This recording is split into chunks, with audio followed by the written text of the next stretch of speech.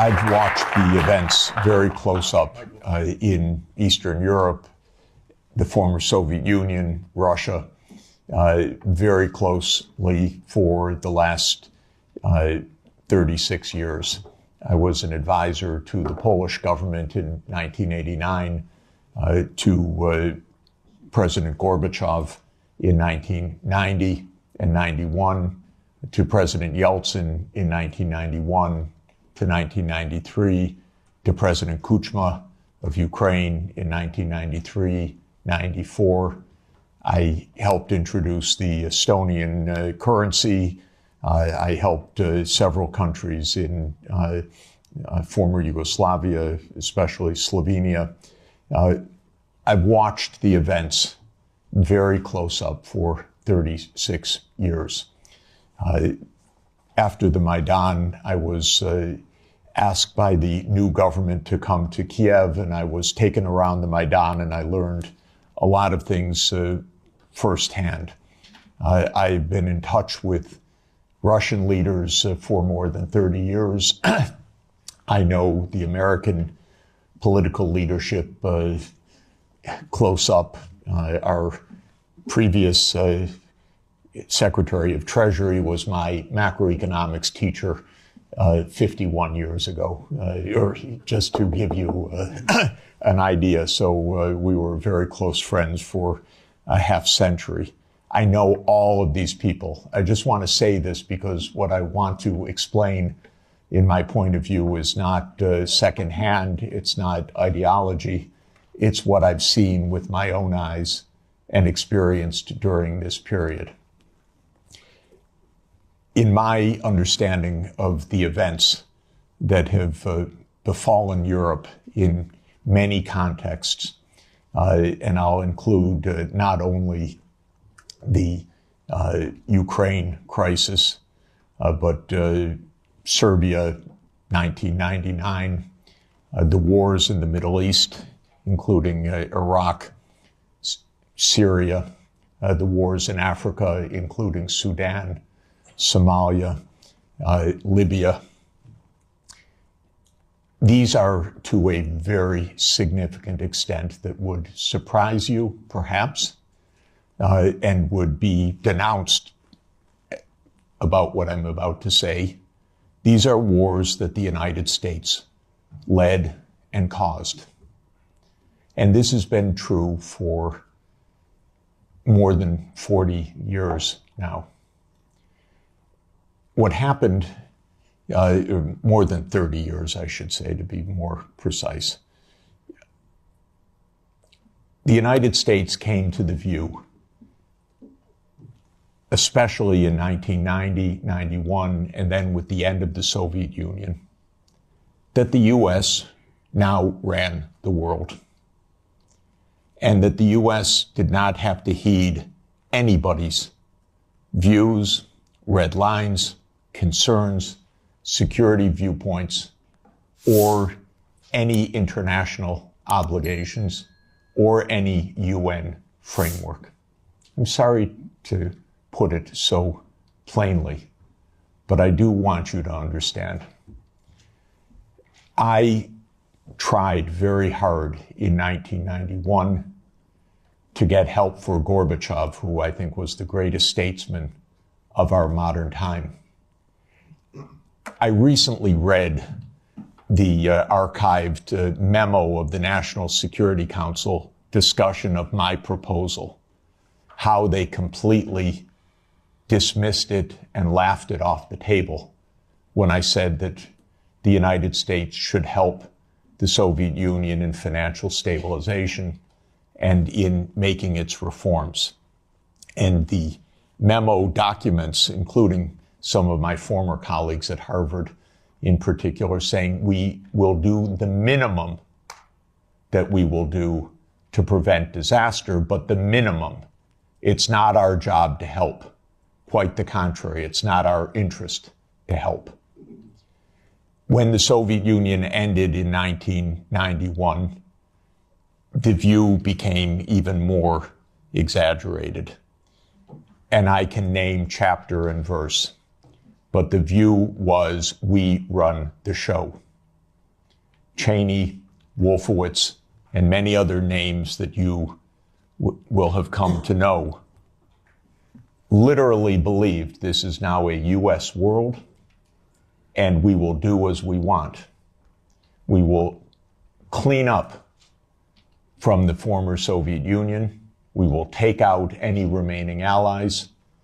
Countries like Iraq, Syria, and so forth will go. And we've been experiencing this foreign policy for now essentially 33 years. Europe has paid a heavy price for this because Europe has not had any foreign policy during this period that I can figure out. No voice, no unity, no clarity, no European interests, only American loyalty. There were moments where there were disagreements, and very, I think, wonderful disagreements, especially in the last time of significance was 2003 in the Iraq War, when France and Germany said we don't support the United States going around the UN Security Council for this war. That war, by the way, was directly concocted by Netanyahu and his colleagues in the U.S. Pentagon. I'm not saying that it was a link or mutuality. I'm saying it was a direct war. That was a war carried out for Israel. It was a war that Paul Wolfowitz and Douglas Feith coordinated with Netanyahu. And that was the last time that Europe had a voice. And I spoke with European leaders then, and they were very clear, and it was quite wonderful. Europe lost its voice entirely after that, but especially in 2008. Now, what happened after 1991 to get to 2008 is that the United States decided that unipolarity meant that NATO would enlarge somewhere from Brussels to Vladivostok, step by step. There would be no end to eastward enlargement of NATO. This would be the U.S. unipolar world. If you play the game of Risk as a child, like I did, this is the U.S. idea, to have the peace on every part of the board. Any place without a U.S. military base is an enemy, basically. Neutrality is a dirty word in the U.S. political lexicon. Perhaps the dirtiest word. At least if you're an enemy, we know you're an enemy. If you are neutral, you're subversive. Because then you're really against us, because you're not telling us. You're pretending to be neutral. So this was the mindset, and the decision was taken formally in 1994, when President Clinton signed off on NATO enlargement to the east. You will recall that in February 7th, 1991, Hans-Dietrich Genscher and James Baker III spoke with Gorbachev. Genscher gave a press conference afterwards where he explained, NATO will not move eastward. We will not take advantage of the dissolution of the Warsaw Pact. And understand that was in a juridical context, not a casual context. This was the end of World War II being negotiated for German reunification. And an agreement was made that NATO will not move 1 inch eastward. And it was explicit, and it is in countless documents, and just look up National Security Archive of George Washington University, and you can get dozens of documents. It's a website called What Gorbachev Heard About NATO. Take a look, because everything you're told by the U.S. is a lie about this. But the archives are perfectly clear. So the decision was taken in 1994 to expand NATO all the way to Ukraine. This is a project. This is not one administration or another. This is a U.S. government project that started more than 30 years ago.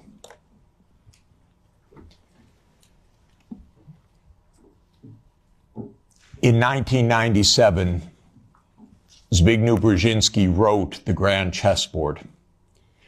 That is not just musings of Mr. Brzezinski. That is the presentation of the decisions of the United States government explained to the public, which is how these books work. And the book describes the eastward enlargement of Europe and of NATO as simultaneous events. And there's a good chapter in that book that says, what will Russia do as Europe and NATO expand eastward? And I knew Zbigniew Brzezinski personally. He was very nice to me. I was advising Poland. He was a big help. He was a very nice and smart man, and he got everything wrong. So in 1997, he wrote in detail why Russia could do nothing but accede to the eastward expansion of NATO and Europe. In fact, he says the eastward expansion of Europe, and not just Europe, but NATO. This was a plan, a project. And he explains how Russia will never align with China. Unthinkable. Russia will never align with Iran. Russia has no vocation other than the European vocation. So as Europe moves east, there's nothing Russia can do about it. So says yet another American strategist. Is it any question why we're in war all the time? Because one thing about America is we always know what our counterparts are going to do, and we always get it wrong. And one reason we always get it wrong is that in game theory that the American strategists play, you don't actually talk to the other side. You just know what the other side's strategy is. It's wonderful. It saves so much time. You don't need any diplomacy. So this project began, and we had a continuity of government for 30 years, until maybe yesterday, perhaps. 30 years of a project. Ukraine and Georgia were the keys to the project. Why? Because America learned everything it knows from the British. And so we are the wannabe British Empire. And what the British Empire understood in 1853, Lord Palmerston, excuse me, is that you surround Russia in the Black Sea and you deny Russia access to the Eastern Mediterranean. And all you're watching is an American project to do that in the 21st century. The idea was that there would be Ukraine, Romania, Bulgaria, Turkey, and Georgia as the Black Sea littoral that would deprive Russia of any international status by blocking the Black Sea and essentially by neutralizing Russia as more than a local power. Brzezinski's completely clear about this. And before Brzezinski, there was Mackinder. And who owns the island of the world owns the world. So this project goes back a long time. I think it goes back basically to Palmerston. And again, I've lived through every administration. I've known these presidents. I've known their teams. Nothing changed much from Clinton to Bush to Obama to Trump 1 to Biden. Maybe they got worse step by step. Biden was the worst in my view. Maybe also because he was not compos mentis for the last couple of years. And I say that seriously, not as a snarky remark. The American political system is a system of image. It's a system of media manipulation every day. It is a PR system. And so you could have a president that basically doesn't function and have that in power for 2 years and actually have that president run for re-election. And one damn thing is he had to stand on a stage for 90 minutes by himself. And that was the end of it. Had it not been that mistake, he would have gone on to have his candidacy, whether he was sleeping after 4 p.m. in the afternoon or not. So this is actually the reality. Everybody goes along with it. It's impolite to say anything that I'm saying, because we don't speak the truth about almost anything in this world right now. So this project went on from the 1990s, bombing Belgrade 78 straight days in 1999 was part of this project. Splitting apart the country when borders are sacrosanct, aren't they indeed? Except for Kosovo. That's fine, because borders are sacrosanct except when America changes them. Sudan was another related project. The South Sudan Rebellion.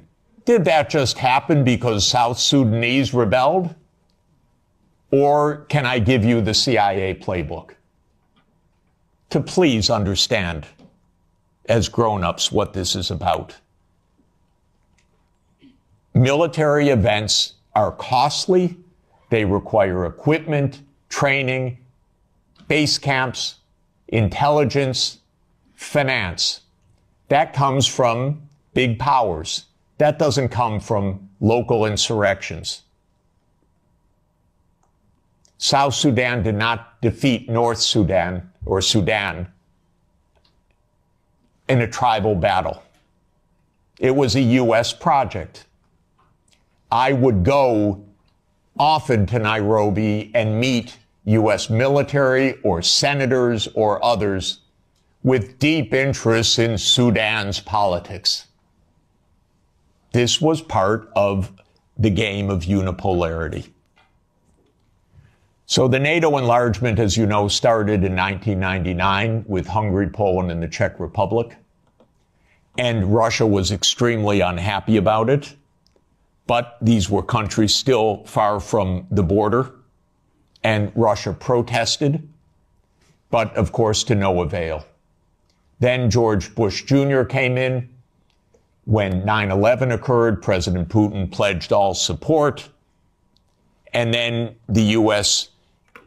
Decided in September 20th, 2001, that it would launch 7 wars in 5 years. And you can listen to General Wesley Clark online talk about that. He was NATO's Supreme Commander in 1999.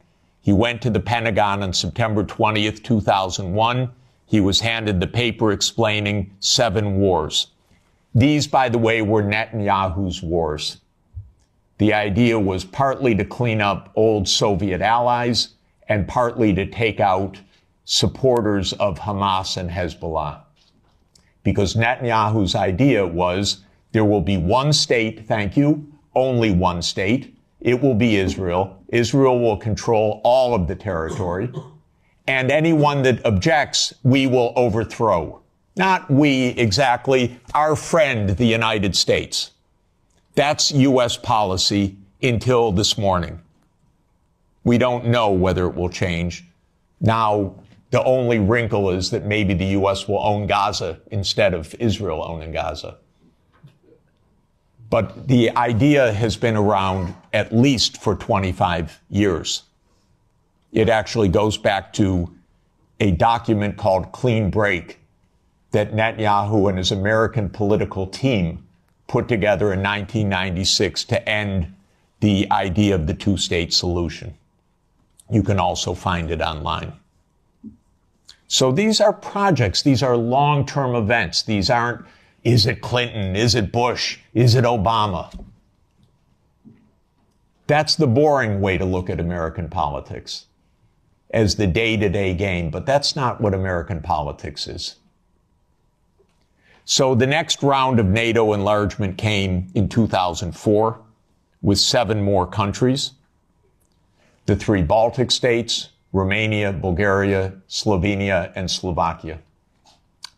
At this point, Russia was pretty damn upset. This was a complete violation of the post-war order agreed with German reunification. Essentially, it was a fundamental trick or defection of the U.S. from a cooperative arrangement, is what it amounted to, because they believe in unipolarity. So as everybody recalls, because we just had the Munich Security Conference last week in 2007, President Putin said, stop, enough, stop now. And of course, what that meant was in 2008, the United States jammed down Europe's throat enlargement of NATO to Ukraine and to Georgia. This is a long-term project. I listened to Mr. Saakashvili in New York in May of 2008, and I walked out, called Sonia, and said, this man's crazy. And a month later, a war broke out. Because the United States told this guy, we saved Georgia. And he stands at the Council on Foreign Relations, says, Georgia's in the center of Europe. Well, it ain't, ladies and gentlemen. It's not in the center of Europe. And the most recent events are not helpful for Georgia, for its safety, and your MPs going there, or MEPs going there, and European politicians. That gets Georgia destroyed. That doesn't save Georgia. That gets Georgia destroyed. Completely destroyed. In 2008, as everybody knows, our former CIA director, William Burns, sent a long message back to Condoleezza Rice. Niet means niet, about expansion. This we know from Julian Assange.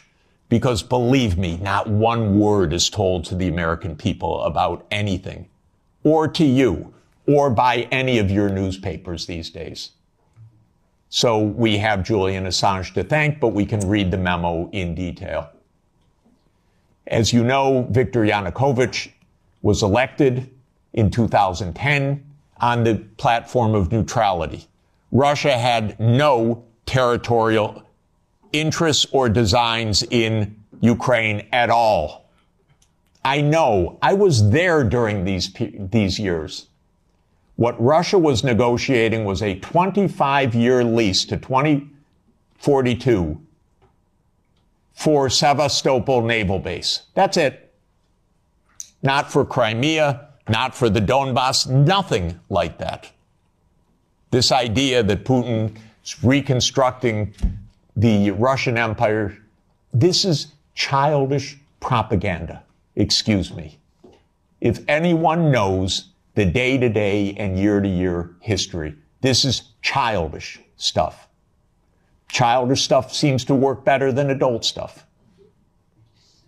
So, no designs at all. The United States decided this man must be overthrown. It's called a regime change operation. There have been about 100 of them by the United States, many in your countries, and many all over the world. That's what the CIA does for a living. Okay? Please know it. It's a very unusual kind of foreign policy. But in America, if you don't like the other side, you don't negotiate with them, you try to overthrow them. Preferably covertly. If it doesn't work covertly, you do it overtly. You always say it's not our fault. They're the aggressor. They're the other side. They're Hitler. That comes up every 2 or 3 years. whether it's Saddam Hussein, whether it's Assad, whether it's Putin. That's very convenient. That's the only foreign policy explanation the American people are ever given anywhere. Well, we're facing Munich 1938. Well, we're facing Munich 1938. Can't talk to the other side. They're evil, implacable foes.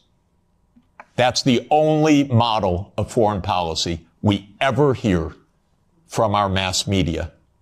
And the mass media repeats it entirely because it's completely suborned by the U.S. government. Now, in 2014, the U.S. worked actively to overthrow Yanukovych.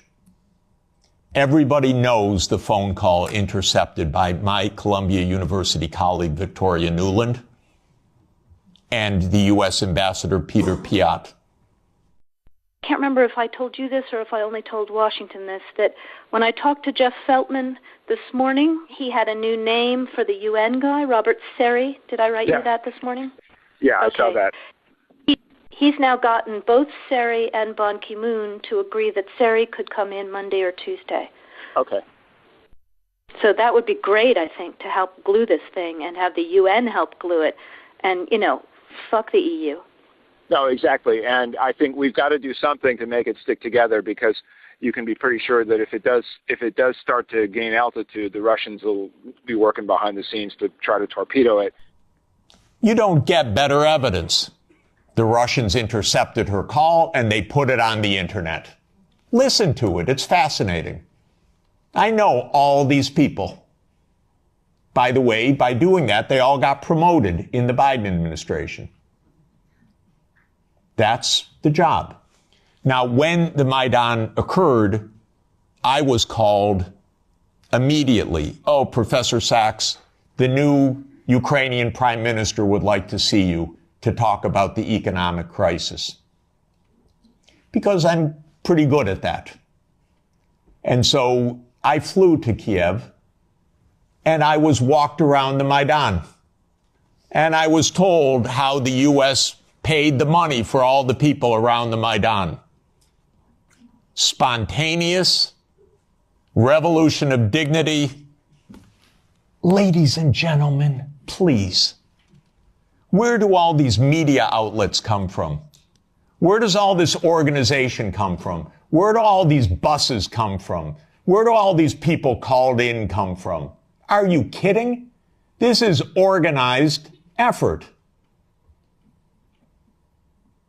And it's not a secret, except to citizens of Europe and the United States. Everyone else understands it quite clearly.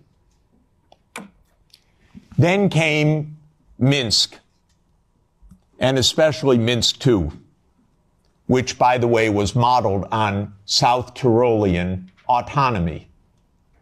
And the Belgians could have related to Minsk II very well.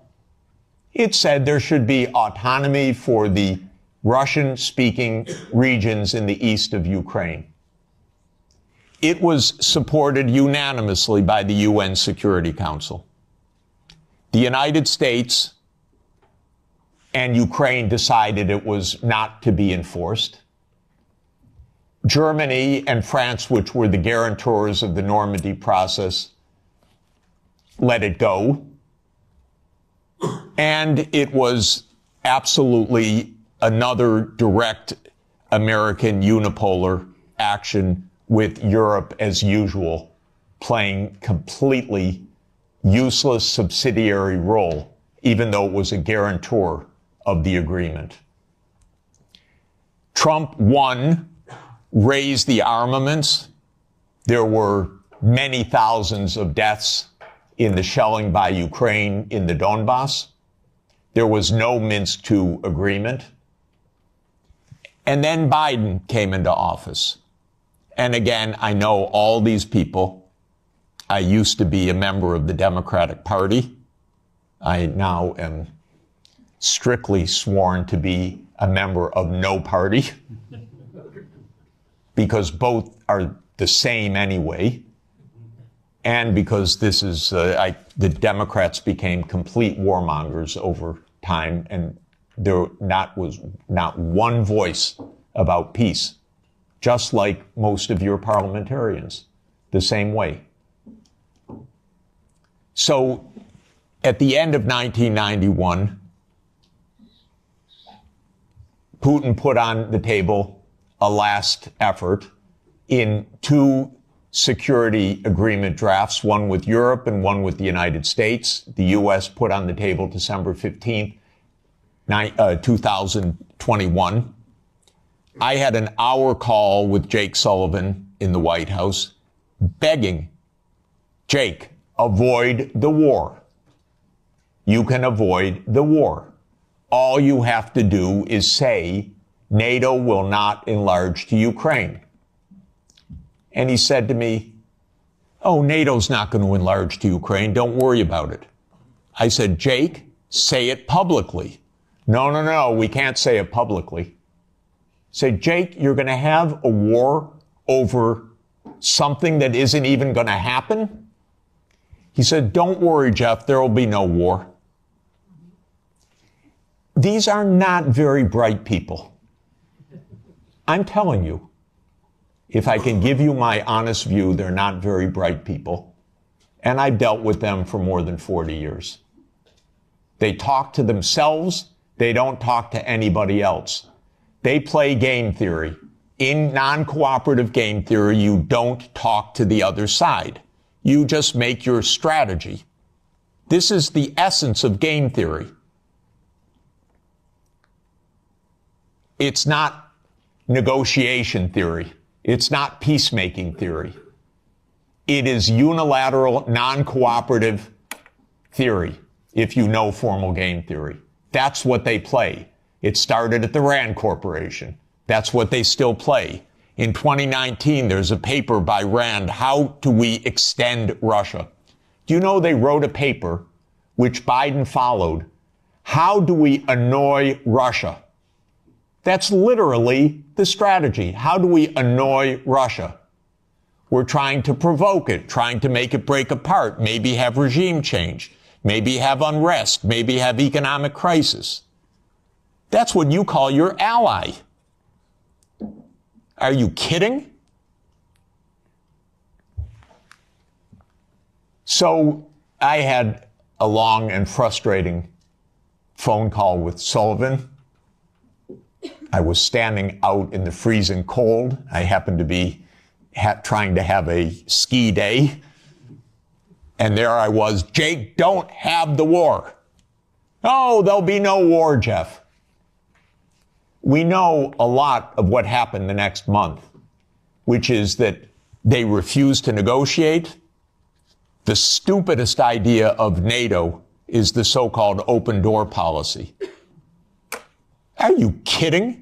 NATO reserves the right to go where it wants without any neighbor having any say whatsoever? Well, I tell the Mexicans and the Canadians, don't try it. You know, Trump may want to take over Canada. So Canada could say to China, why don't you build a military base in Ontario? I wouldn't advise it. And the United States would not say, well, it's an open door. That's their business. I mean, they can do what they want. That's not our business. But grown-ups in Europe repeat this. In Europe, in your commission, your high representative. This is nonsense stuff. This is not even baby geopolitics. This is just not thinking at all. So the war started. What was Putin's intention in the war? I can tell you what his intention was. It was to force Zelensky to negotiate neutrality. And that happened within 7 days of the start of the invasion. You should understand this, not the propaganda that's written about this. Oh, that they failed and he was going to take over Ukraine. Come on, ladies and gentlemen. Understand something basic. The idea was to keep NATO, and what is NATO? It's the United States, off of Russia's border. No more, no less. I should add one very important point. Why are they so interested? First, because if China or Russia decided to have a military base on the Rio Grande or in the Canadian border, not only would the United States freak out, we'd have war within about 10 minutes, but because the United States unilaterally abandoned the Anti-Ballistic Missile Treaty in 2002 and ended the nuclear arms control framework by doing so. And this is extremely important to understand. The nuclear arms control framework is based on trying to block a first strike. The ABM treaty was a critical component of that. The U.S. unilaterally walked out of the ABM treaty in 2002. It blew a Russian gasket. So everything I've been describing is in the context of the destruction of the nuclear framework as well. And starting in 2010, the U.S. put in Aegis missile systems in Poland and then in Romania. And Russia doesn't like that. And one of the issues on the table in December and January, December 2021, January 2022, was, does the United States claim the right to put missile systems in Ukraine? And Blinken told Lavrov in January 2022, the United States reserves the right to put missile systems wherever it wants. That's your putative ally. And now let's put intermediate missile systems back in Germany. The United States walked out of the INF treaty unilaterally in 2019. There is no nuclear arms framework right now. None. When Zelensky said in 7 days, let's negotiate, I know the details of this exquisitely because I've talked to all the parties in detail. Within a couple of weeks, there was a document exchanged that President Putin had approved, that Lavrov had presented, that was being managed by the Turkish mediators. I flew to Ankara to listen in detail to what the mediators were doing. Ukraine walked away unilaterally from a near agreement. Why? Because the United States told them to. Because the UK added icing to the cake by having Bojo go in early April to Ukraine and explain. And he has recently, and if your security is in the hands of Boris Johnson, God help us all. Keith Starmer turns out to be even worse. It's unimaginable, but it is true. Boris Johnson has explained, and you can look it up on the website, that what's at stake here is Western hegemony. Not Ukraine, Western hegemony. Michael and I met at the Vatican with a group in the spring of 2022, where we wrote a document explaining nothing good can come out of this war for Ukraine. Negotiate now, because anything that takes time will mean massive amounts of deaths, risk of nuclear escalation, and likely loss of the war. I want to change one word from what we wrote then. Nothing was wrong in that document. And since that document, since the U.S. talked the negotiators away from the table, about 1 million Ukrainians have died or been severely wounded. And the American senators, who are as nasty and cynical and corrupt as imaginable, say this is wonderful expenditure of our money because no Americans are dying. It's the pure proxy war. One of our senators nearby me, Blumenthal, says this out loud. Mitt Romney says this out loud. It's best money America can spend. No Americans are dying. It's unreal. Now, just to bring us up to yesterday, this failed. This project failed. The idea of the project was that Russia would fold its hand. The idea all along was Russia can't resist, as Zbigniew Brzezinski explained in 1997. The Americans thought we have the upper hand. We're going to win because we're going to bluff them. They're not really going to fight. They're not really going to mobilize. The nuclear option of cutting them out of SWIFT, that's going to do them in. The economic sanctions, that's going to do them in. The HIMARS, that's going to do them in. The ATACMS, the F-16s. Honestly, I've listened to this for 70 years. I've listened to it as semi-understanding, I'd say, for about 56 years. They speak nonsense every day. My country, my government.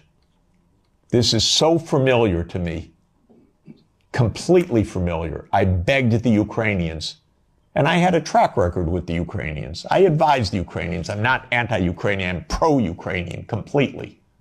I said, save your lives, save your sovereignty, save your territory, be neutral. Don't listen to the Americans. I repeated to them the famous adage of Henry Kissinger, that to be an enemy of the United States is dangerous, but to be a friend is fatal.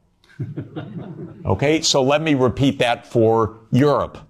To be an enemy of the United States is dangerous, but to be a friend is fatal.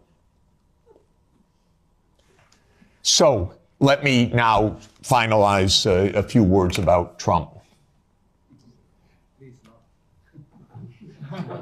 Trump does not want the losing hand. This is why it is more likely than not this war will end, because Trump and President Putin will agree to end the war. If Europe does all its great warmongering, it doesn't matter. The war is ending. So get it out of your system. Please tell your colleagues. It's over. And it's over because Trump doesn't want to carry a loser. That's it. It's not some great morality. He doesn't want to carry a loser. This is a loser. The one that will be saved by the negotiations taking place right now is Ukraine. Second is Europe. Your stock market's rising in recent days by the horrible news of negotiations. I know this has been met with the sheer horror in these chambers, but this is the best news that you could get. Now, I encouraged, they don't listen to me, but I tried to reach out to some of the European leaders. Most don't want to hear anything from me at all. But I said, don't go to Kiev. Go to Moscow. Discuss with your counterparts. Are you kidding? You're Europe. You're 450 million people. You're a $20 trillion economy. You should be the main economic trading partner of Russia. It's natural links. By the way, if anyone would like to discuss how the U.S. blew up Nord Stream, I'd be happy to talk about that.